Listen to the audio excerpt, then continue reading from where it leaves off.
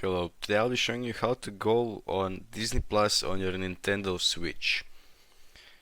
So first of all, you have to go to your settings on your Nintendo Switch and go under the network. Then it will show something like this. Here you need to click on Internet Settings and find the DNS option. Then you have to put the DNS on manual. Then you need to enter this DNS.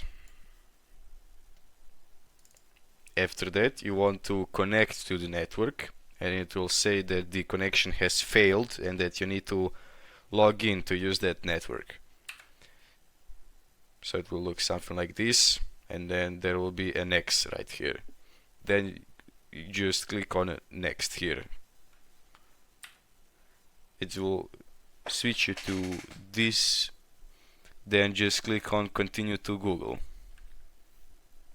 After that, Google will open on your Nintendo and you can just search for Disney Plus, click on it, log in and watch any TV show or a movie you want.